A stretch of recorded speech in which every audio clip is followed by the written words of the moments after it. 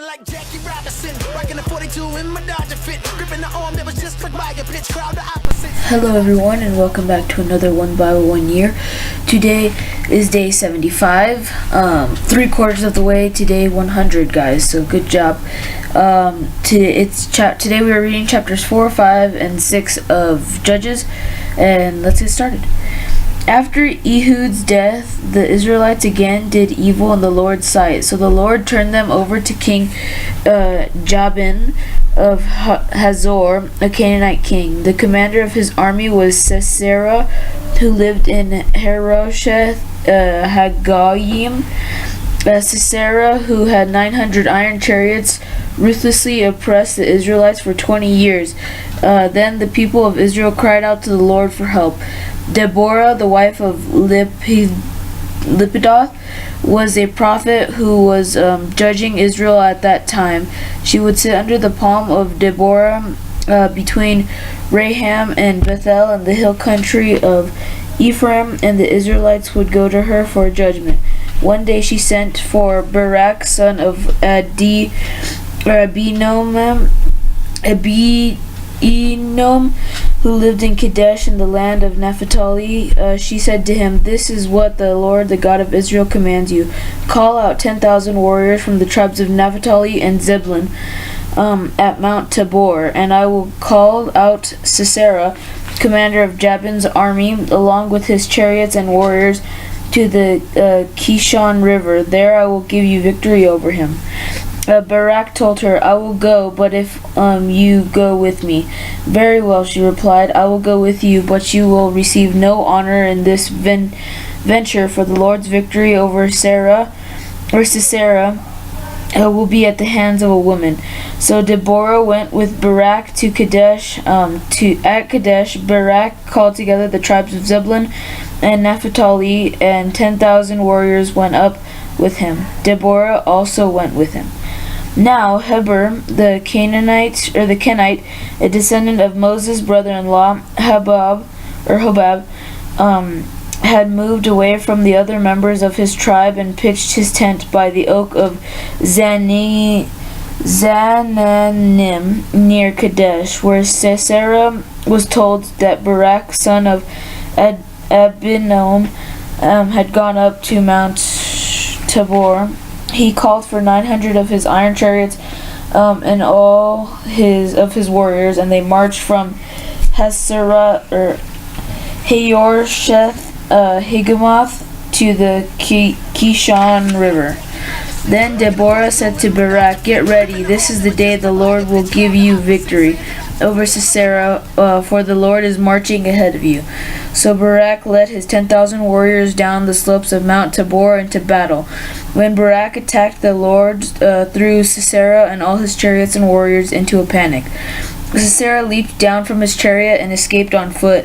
Then Barak chased the chariots and the enemy army all the way to Harosheth Hagoyim, killing all of Sisera's warriors. Not a single one was left alive. Meanwhile, Sisera ran to the tent of Jael, the wife of Heber the Kenite, because Heber's family was on friendly terms with King Jabin of Hazor. Jael went out to meet Sisera and said to him, "Come into a And he said to him, "Come into my tent, sir. Come in. Don't be afraid." So he went into her tent, and she covered him with a blanket. "Please give me some water," he said. "I'm thirsty." So she gave him some milk from a leather bag and covered him again. "Stand at the door of the tent," he told her. "If anybody comes and asks you if there is anyone here, say no." But when Sisera fell asleep from exhaustion, Jael quickly crept up to him with a hammer and tent peg in her hand. Then she drove the tent peg through his temple and into the ground, and so he died. When Barak came looking for Sisera, Jael went out to meet him. She said, "Come, and I will show you the man you are looking for." So he followed her into the tent and found Sisera lying there dead, with the tent peg through his temple. So on that day Israel saw God defeat Jabin the Canaanite king. And from that time on Israel became stronger and stronger against King Jabin until they finally destroyed him. Chapter 5. On that day Deborah and Barak son of Abinoam sang this song. Israel's leaders took charge and the people gladly followed. Praise the Lord. Listen, you kings, pay attention, you mighty rulers, for I will sing to the Lord.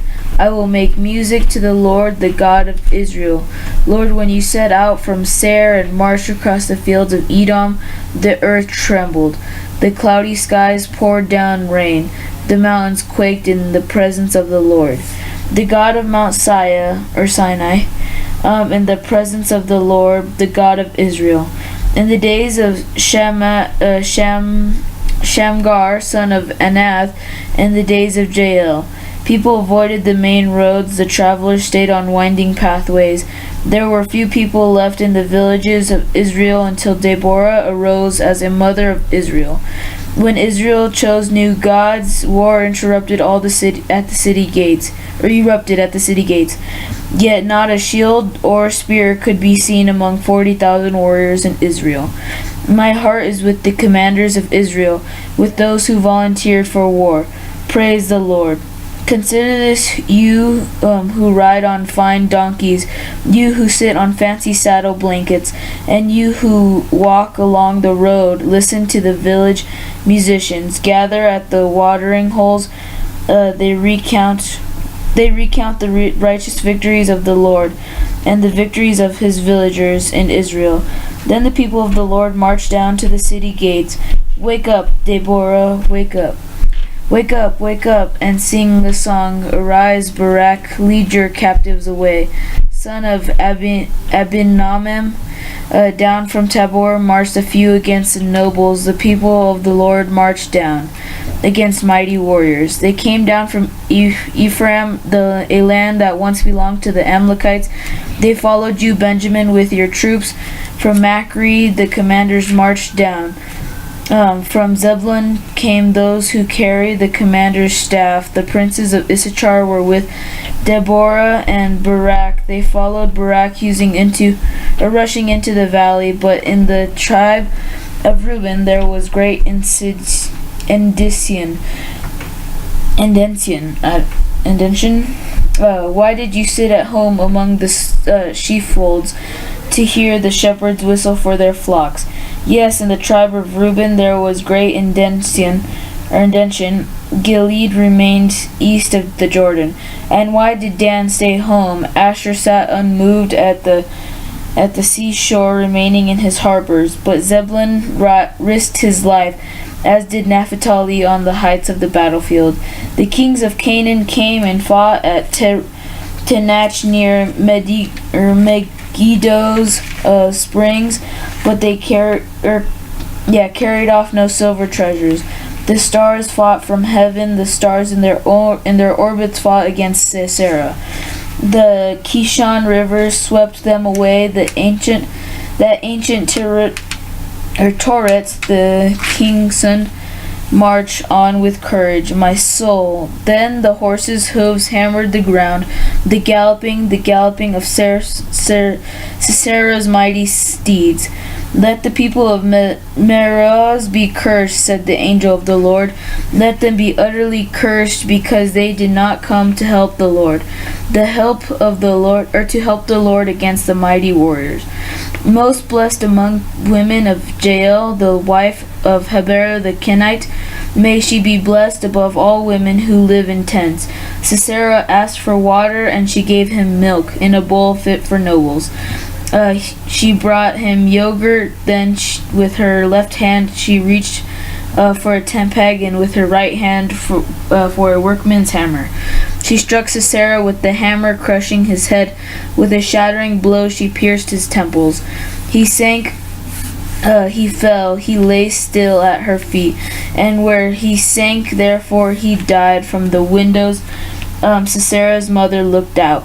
Though the windows, she watched for his return, saying, "Why is his chariot so long in coming? Why don't we hear the sounds of chariot wheels?"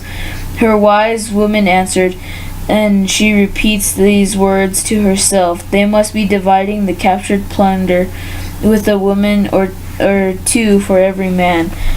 There will be colorful robes for Sisera and colorful embroidered robes for me.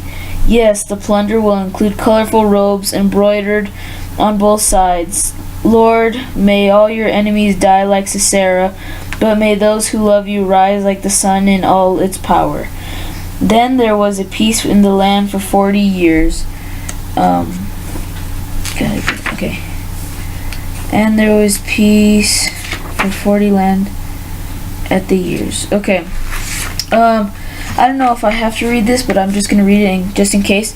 At first, Israel did not have a king. God was their king, and he led them by working through religious leaders like Moses and his brother Aaron, the high priest. After the Israelites settled in the promised land, people called judges ruled over them. But the people saw that the nations around them had kings, so the Israelites took the first king. David and his son Solomon were the second and third kings. The Israelites divided into two opposite nations. Many years later, both nations were defeated by other countries. Whether you're talking about people or nations, your greatest strength comes from your spiritual help. Israel forgot that. They trusted kings instead of God to lead them. And then, okay, this is just a bunch of facts. So anyways, now we're on chapter 6. The Israelites did evil in the Lord's sight, so the Lord handed them over to the Midianites for 7 years. The Midianites were so cruel that the Israelites made hiding places for themselves in the mountains, caves, and strongholds. Whenever the Israelites planted their crops, marauders from Midian, Amalek, and the people from the east would attack Israel, camping in the land and destroying crops as far away as Gaza. They left the Israelites with nothing to eat, taking all the sheep, goats, cattle, and donkey. These enemy hordes, coming with their livestock and tents, were as thick as locusts. They arrived on droves of camels, too numerous to count, and they stayed until the land was stripped bare.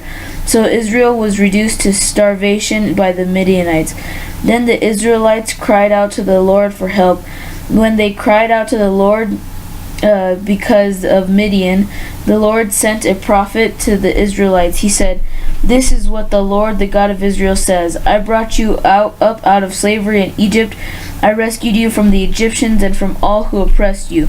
I drove out your enemies and gave you their land. I told you, I am the Lord your God. You must not worship the gods of Amorites in whose land you now live.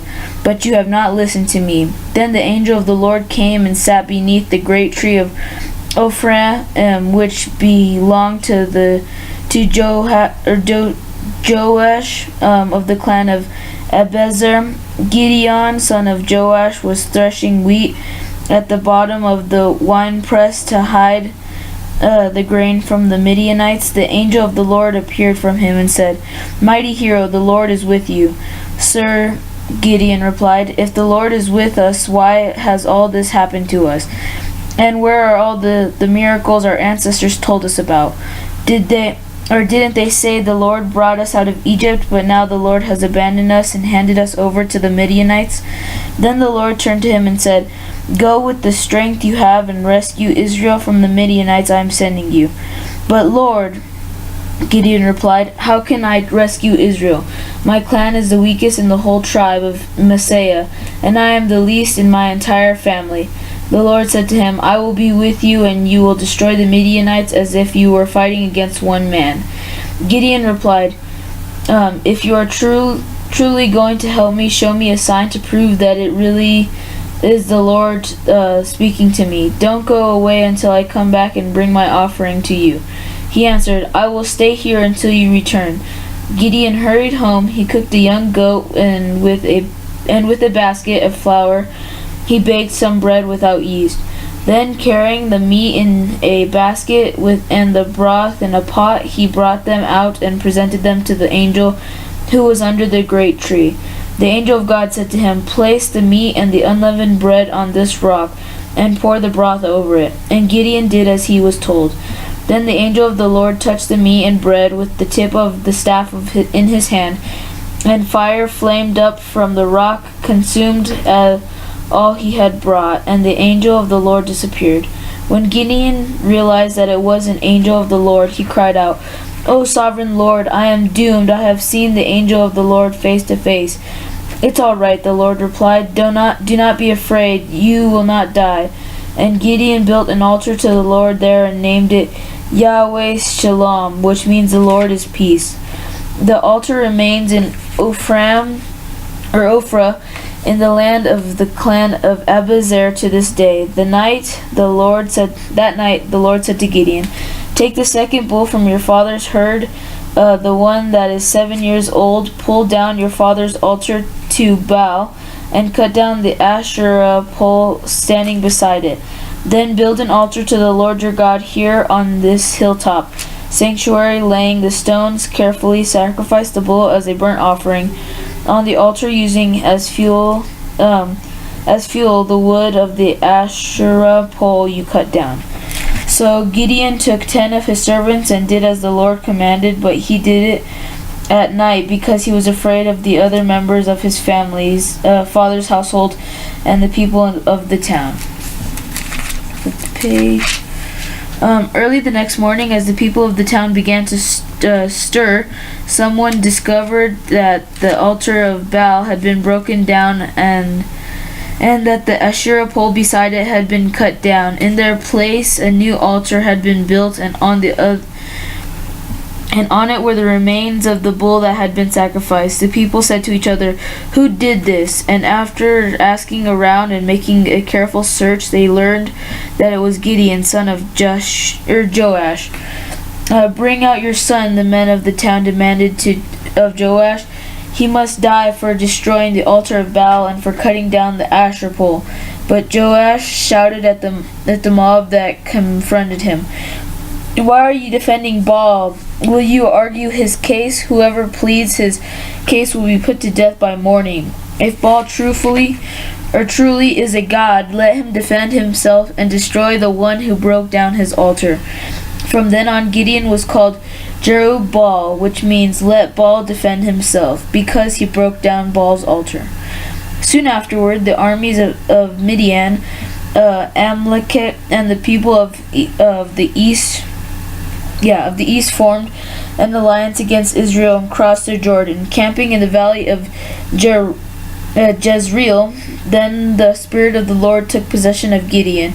He blew a ram's horn as a call to arms, and the men of the clan of Abiezer came to him.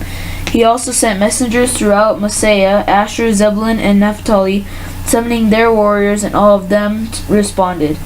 Then Gideon said to God, "If you are truly going to use men to rescue Israel as you promised, prove it to me in this way. I will put a wool fleece on the threshing floor tonight. If the fleece is wet with dew in the morning, but the ground is dry, then I will know that you are going to help me rescue Israel as you promised." And that is just what happened. When Gideon got up early the next morning, he squeezed the fleece and wrung out a whole bowl full of water. Then Gideon said to God, "Please do not be angry with me, but let me make one more request.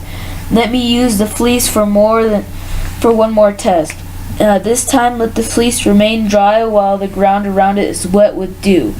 So that night God did as Gideon asked. The fleece was dry in the morning, but the ground was covered with dew. Okay guys, so that's our reading for today. Pretty quick, but so basically this is if you've kind of already caught it, or even if you haven't caught it, the book of Judges is basically, so now Israel it's back to normal, you could say. But it's technically not back to normal, because now once everybody was separated and Moses died and all the priests died, now they have judges to where they are basically the priests, but at the same time they're not even going with God anymore. They're doing like Baal and what was the pole? It was okay. and they're worshiping Baal and then Asherah. So like, even though like maybe a few years later, maybe even 10 years earlier, God said do not worship any of these gods because he's the only true God, they still did it. And because all this, they're basically in a crisis. It's kind of like, you could say it's kind of like the Deep Depression. Like, it's poor, everybody's struggling, it's kind of like a dog-eat-dog world. But then here comes Gideon, and like he's starting to be like kind of like a Moses type figure, like just how Moses broke the calf of gold that they made to worship. Gideon is destroying the Baal, the altar for Baal, and then the Asherah pole. And so he's going through God, and at the same time he's testing God. And if you haven't already known, when Jesus is in the wilderness for 40 days and he talks to the devil, basically he tells it that you shouldn't test God, because the devil tells him to just jump off the cliff and God will save him. And he says not to test God, so that just because you're Christian and you're saved and God's with you and you're with Jesus doesn't mean you can jump off a cliff and survive. Like, it's still, you still have to be logical as far as things go with that. One thing that I do want to touch on too, because what I just said was basically 5 and 6. In chapter 4, this was basically the Israelites kind of, you could say, coming back to that powerful spot, because the Lord's helping him. Because basically after Ehud's death, they were pretty, like, the Israelites weren't doing good. They were going against the Lord and everything. And so King Jabin of Hazor, a Canaanite king, and his army commander Sisera, basically they just terrorizing these people with all these warriors and all these chariots. They're basically taking over Israel. But then basically the Lord rises up Barak with the help of I forgot the woman's name.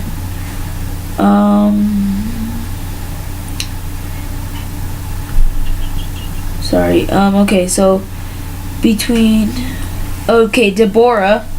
So it's Deborah and Barak that are going to. So Deborah is basically, she's a judge. So that's what she's the person that was kind of a priest.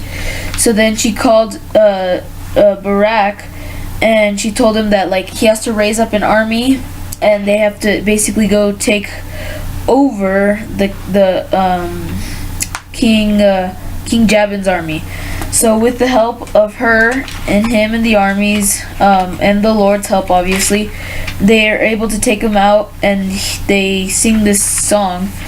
I don't know if I kind of pronounced any of that right, or I guess you could say the theme of the song, but I just did it based off of periods and commas as far as how much I said. But anyway, so that's it for today, guys. Hope you enjoyed. Like, comment, subscribe, and I will see you guys all tomorrow. Bye. Feeling like Jackie Robinson, rocking the 42 in my Dodger fit, gripping the arm that was just like by a pitch, crowd the opposite, saying that I should quit, but I don't